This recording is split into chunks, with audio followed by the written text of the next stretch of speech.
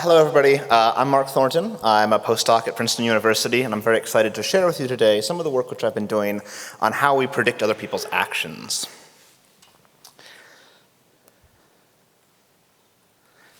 Oh. Nope.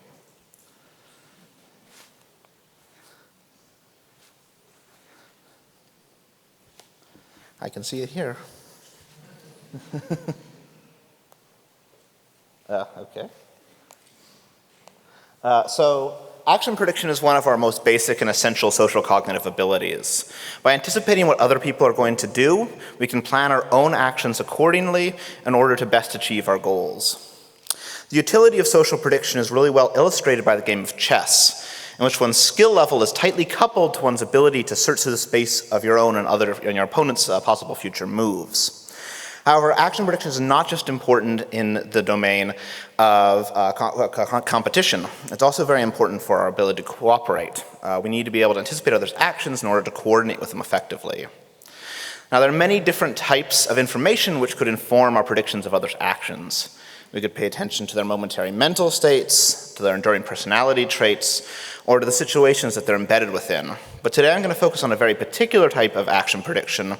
That's how we can predict what somebody's going to do next based on what they're doing now. Recently, Diana Tamir and I proposed a theoretical framework for predictive social cognition, which we think suggests a mechanism by which this sort of action prediction could occur. The central tenet of this framework is that the brain constructs representational spaces for social knowledge such that proximity within those spaces predicts the transitions between stimuli. We've looked at this a lot in the domain of mental state representation. So, for example, if two emotions are closer on dimensions like rationality, social impact, and valence, you're more likely to see a transition between them, both in reality and in people's perception, suggesting that this is a way we could achieve accurate mental state prediction. Another way of thinking about this is perhaps one of the reasons we think that emotions are similar or different from one another is precisely because they help us predict each other. We think a similar sort of mechanism could help to make these action-to-action predictions accurate as well. First, however, we had to establish what the representational space of actions even looks like. Strangely, this has been an underexplored topic. There are lots of low-dimensional theories in psychology, but there's no equivalent to, say, the Big Five or the circumplex model when it comes to action concepts. And so we had to develop our own alternative, and this is what we ended up coming up with. Unfortunately, I don't have time to tell you about the 9 studies we did to derive and come up with these particular set of dimensions, but ultimately we ended up with the following: the abstraction, creation, tradition, food, animacy, and spiritualism taxonomy, or act fast. And we'll have a preprint up on this shortly, but I hope for the moment you'll take my word for it that these 6 psychological dimensions explain a lot about how people think about each other's actions. And so with these set of dimensions in hand, we wanted to set about answering 2 particular questions here. First, can we even decode these dimensions from patterns of brain activity while people are spontaneously viewing actions? And 2, if we can do that, can we use the brain's current coordinates within this representational space of actions to predict what other actions are actually likely to come next in their experience? To answer these 2 questions, we turned to an existing naturalistic fMRI data set, originally collected by Janice Chen and colleagues, in which participants simply viewed the first half of the first episode of the TV show Sherlock. Now, this data set was not developed for the purposes of studying actions, but of course actions are occurring throughout the video, and they're doing so in relatively naturalistic sequences. And that makes this ideal for studying action, perception, and prediction. The analytic process we used to study this was a little bit involved, so I'm going to take you through it one step at a time. We began with the Sherlock video itself. We needed to know which actions were occurring when within this video, and to answer that question, we applied a temporal relation network, or TRN. This is a type of deep neural network which is specifically trained to tell you when actions are occurring in video. And this allowed us to get time courses over the course of the entire viewed portion of the video for how likely it was that each of 332 different actions was occurring at each moment in the video. So for example, how likely is it in this frame that somebody's walking? With these action time courses in hand, we next need to translate discrete actions into coordinates on our act-fast dimensions. And to do this, we had a large sample of participants on Amazon Mechanical Turk simply rate each of these 332 different classes of actions on where they fell on the 6 act-fast dimensions. We could then take a weighted average of those ratings based on the probability that each of those actions was occurring in a given moment of the film, and ultimately produce 6 time courses, one representing each of the 6 act-fast dimensions across the course of the entire movie. Now, understanding actions is very important, but it's not the only thing the brain does. We also wanted to identify the particular voxels in the brain that seem to be sensitive to action content. And we did that using a cross-validated feature selection procedure based on the reliability of voxels across participants. And you can see that the regions that emerge from this are ones that you might expect to be related to viewing unconstrained actions in a video. Basic sensory regions like visual and auditory cortex, as well as regions associated particularly with viewing social or action-related things like superior temporal sulcus, and higher-level regions like dorsomedial prefrontal cortex.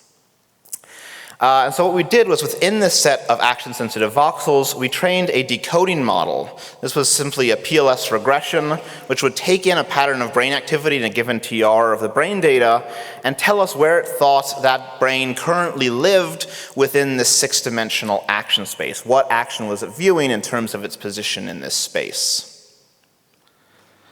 Next, we could apply this decoding model to a held-out test set. So we could tell where a particular moment in time in that held-out test data was within this representational space. And of course, from the model fitting procedure itself, we also knew where all the possible future actions were, all the actions beyond the current TR that we were decoding. And so what we could do was to measure the distance within the 6-dimensional space along each of these axes from the current coordinates to each of these individual possible future actions. And this allowed us to rank those future actions in terms of which were most or least likely based on their proximity to the current coordinates in alignment with our theoretical framework. So for example, the closest one would be the most likely and the furthest away would be the least likely. We could compare these predictions to what we'd expect based on chance to evaluate whether our model is in fact accurately predicting actions the participant hadn't even seen yet based on their current pattern of brain activity. So I'll show you the results of this process on the graph you see here. The y-axis is just that measure of rank accuracy that I just described to you.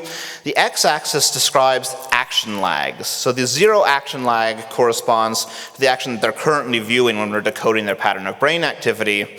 And all the subsequent action lags describe some step into the future.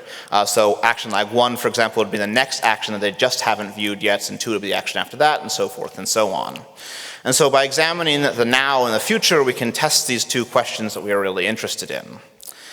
First, we examined the ability to predict the action that participants were currently viewing based on decoding the act-fast position from their brain activity. You can see the mean performance here is around 16 rank accuracy. That's a little hard to interpret, but this is a very large effect. If you think in standardized terms, this is a Cohen's d of about 4. Every participant is showing this effect very robustly. And you can see the 95% confidence interval around that as well. So this answers our first question. We can in fact decode act-fast coordinates from the data. The next important step, though, the critical thing, is whether we can predict future actions that participants haven't seen yet. And that seems to be true as well. Up to 3 actions into the future, beyond the pattern of brain activity that's elicited by viewing a particular action, we can predict what participants are going to see next in this video, suggesting that the way they encode actions captures something about the natural structure of the world and how they can predict it.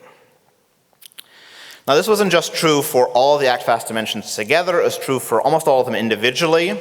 We could decode all except for one of these dimensions from patterns of brain activity, and we could predict for all except for, we could decode all of them and we could predict for all except one, tradition, at least one action step into the future.